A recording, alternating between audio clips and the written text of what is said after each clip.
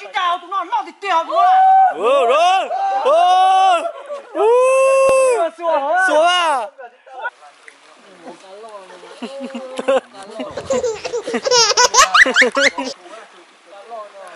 Tụi nó đâu mà tụi nó đi.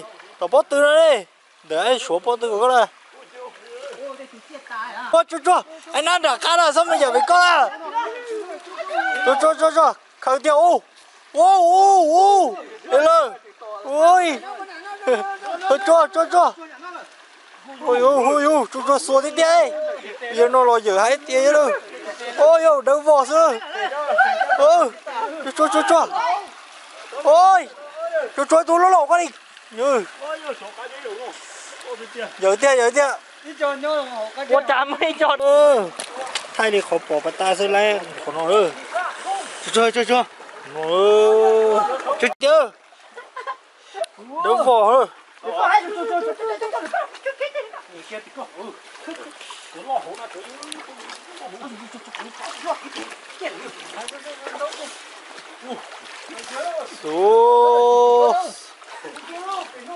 Lì nó trâu lười rồi đấy con ơi. Ôi, đâu vỏ lỗ. Cho. Đâu vỏ. Hay đi tiêu. Ôi nói ơi, không nói đi. Có bỏ cho nó đó. Dạ tôi cần nhỏ nè. Hay được vô. Hay được vô. Tôi giờ đi nha. Cái lúa tao lì xa lắm rồi. Bỏ ơi.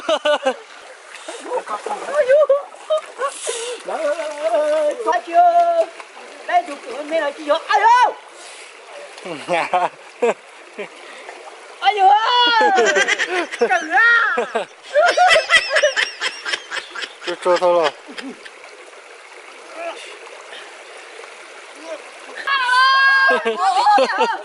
Cho. Sống con ơi. Xuân chê ơi. Đặt thủ trò hồ thế cho. Cho một thì hỏi dê cho vào đi cho nó vậy kìa. Cho. Đấy tôi lo đấy. Tôi nó kìa. Đấy tôi lo đấy. Tôi nó kìa.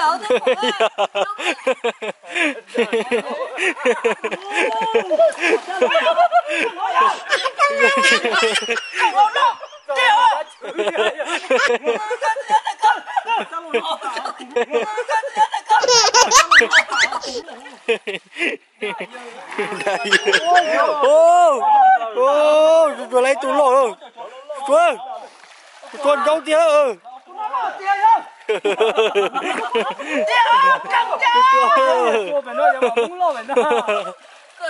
Rồi.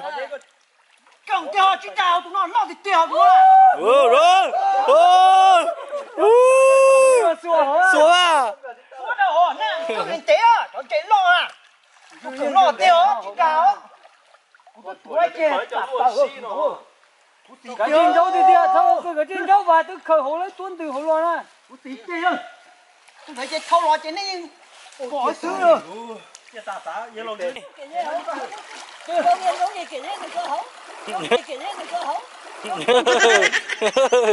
Bỏ thế chỉ ơi rồi. Ôi thì có dễ đi không? Dạ. Đâu kia mà đến bỏ.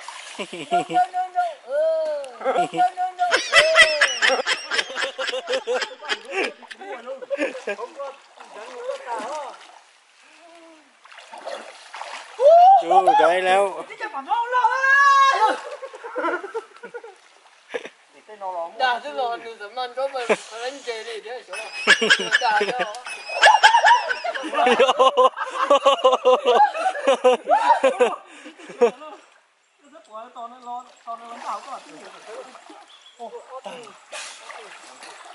Con nó bị trốn đâu cơ. Chạy nè, sẽ chạy không trả.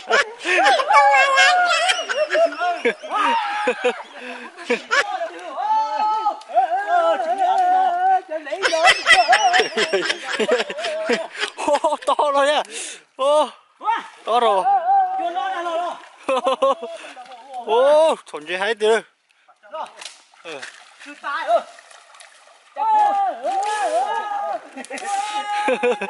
Không nói được còn gì. Nè. Tôi cũng trúng nhiều chỉ nhiều cơ mà. nó chế phía chế kia khởi thọ cái khấu nó kia chế na giờ.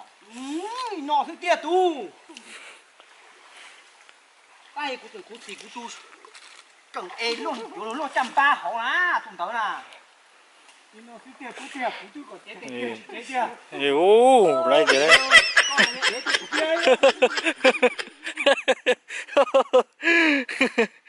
Vô thấy được gì.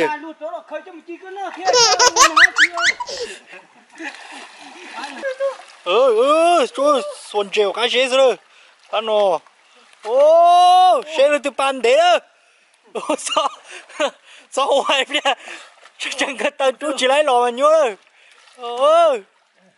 Chơi đó, xuân chơi đó. Ô, chúng ta này đó. Nó xua cái gì xua cơ khó chơi nè. Tôi chỉ cơ khó chơi à. Trời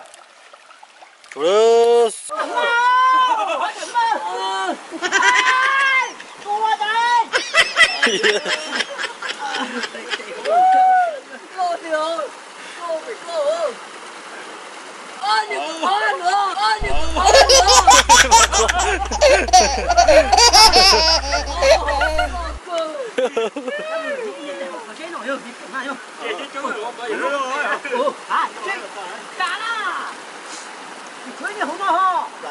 Ơi, nó đi. Chúng rồi đó.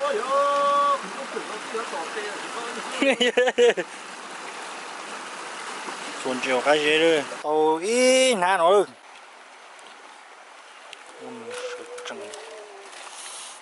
Ôi giời.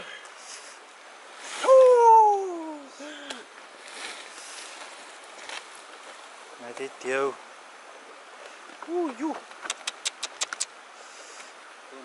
Chuyện chuyện nó.